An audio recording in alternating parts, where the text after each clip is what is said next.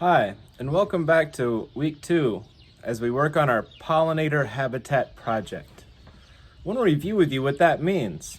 Number 1, a habitat is a place where an animal lives. A habitat will provide food and shelter for the animal, as well as water and places to raise their young. All of these things are involved in habitat: food sources, water sources, shelter, and places to raise young. Because without that, an animal cannot survive.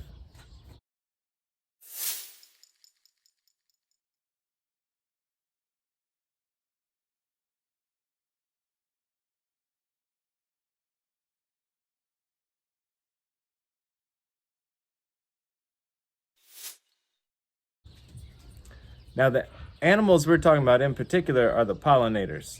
And pollinators are animals that move pollen from one flower to another, usually when they're eating the nectar, which is a sweet liquid that comes from the flowers.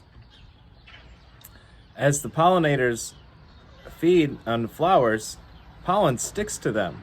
So as they move to the next flower to drink more nectar, that pollen gets dropped off. And that is what allows flowers and plants to make their seeds, and to make fruiting plants make their fruits. Pollinators are very important because without them we wouldn't have flowers or fruits or most of the foods that we eat. And so to help out our pollinators, we want to give them habitat and lots of food. And what do pollinators eat? Nectar. Where does the nectar come from? Flowers.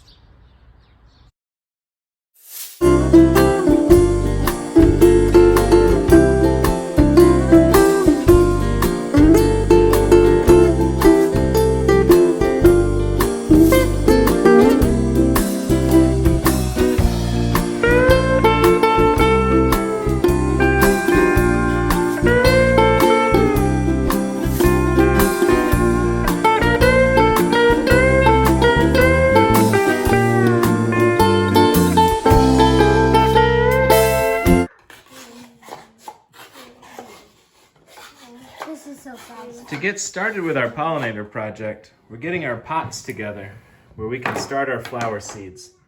Because if we want pollinators, we need to have pollen sources. We started by putting some holes in the bottom of these cups. You can use a pencil or a little pocket knife. And those are drainage holes. Those cups are going to get filled with soil now before we put the seeds in. When they get watered, those holes will let the extra water drain out the bottom. And then we'll use some sort of saucer. One of my favorites is the lid of peanut butter. It's got a nice deep saucer to catch plenty of overflow water if you have it. This is another setup I use, and this one's been planted. And as the label tells you, it's been planted with black beans. It's a cup, and it's sitting in a yogurt container. The cup has holes in the bottom. The yogurt container does not. That lets it catch the overflow.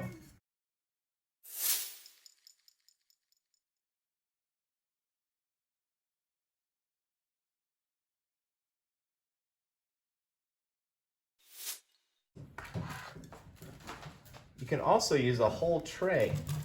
And this one has a lot of different cells in there. I count 6 by 6, so this is going to be enough to start 36 plants.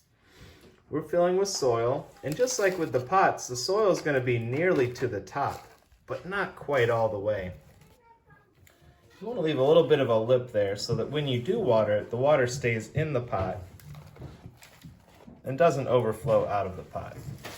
You can see that same allowance for space in all these different pots that we're using here. Oh, and we found, look, there's a worm in our soil. Our next step, once they're all ready with the soil, is going to be to plant seeds in there.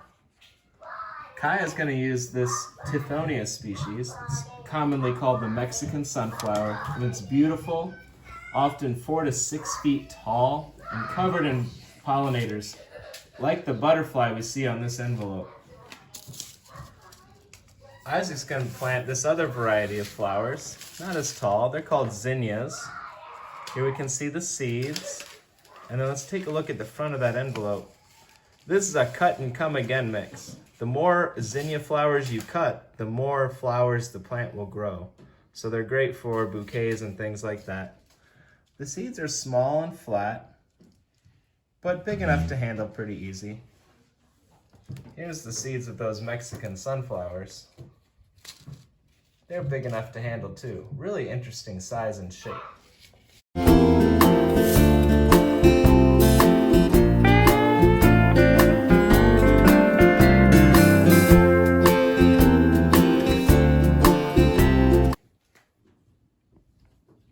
Alright, so we have our containers filled, and our next step is going to be putting some seeds in. This little pot here is going to be a bit of an herb garden. These seeds are called coriander, and they're the seeds of the cilantro plant. I'm going to take a few, and I'm going to scatter them around. I can grow this on my windowsill and harvest it when I'm ready, or I can transfer them outside, which is to say transplant them outside in a while. Coriander seed are small, but large enough to handle. And the general rule of thumb with a seed is plant it twice as deep as it is big. So imagine 2 coriander seeds, and it should be the bottom one. You'll notice I'm not excavating and putting it very deep. Tomato seeds are very small. I took them out of the envelope ahead of time because they're too small. Or so small, I guess I should say. I'm going to pick them up like this and put them in the soil. I'm going to put 1, 2, 3, oh, what the heck, I got 4 of them out. Might as well do 4. Did it come with my finger? Nope. There it is. Small seed. We'll put that in there too. Now this pot's not big enough for 4 tomato plants. It's really not big enough for 1 tomato plant. But by putting 4 seeds in there, it makes sure that if 1 or 2 of them don't grow for some reason, I'll get at least 1. Probably all 4 growing. And I might have to thin it out later. But for a tomato plant to grow, I know from experience that they grow to be very tall, several feet tall, so it will need to be transplanted to the backyard. We're back to those Mexican sunflowers over here, and we're going to put them in these pots. And we see that we're making a hole with the finger here.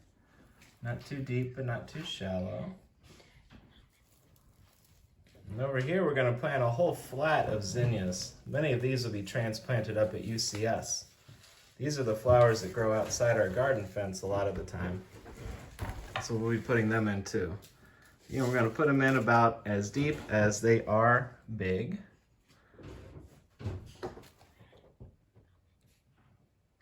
We'll put about 2 in every cell. That way we can have an extra one in case one of them doesn't grow. These cells are small. They're great for starting, but these are plants that will need to be transplanted outside later. The last step is giving them a drink of water and a label, like this label here, tells me that cilantro was planted on 4/5 or April 5th. That's so I don't have to remember the day or the variety of plant. And location, location, location. We've got these plants in a nice south-facing window. As long as it's a sunny window with the sun shining in for several hours a day, it should work out quite well. We're going to keep an eye on these plants this week. Water them when they look dry. Rather, when they feel dry, use your finger to touch. When it feels dry, it needs water. If water comes out the bottom and fills in the saucer, you know that you've saturated all of the soil in there. If it doesn't, you know that there's still a little bit of dry soil left. You can use that to help gauge how much or how little water to give.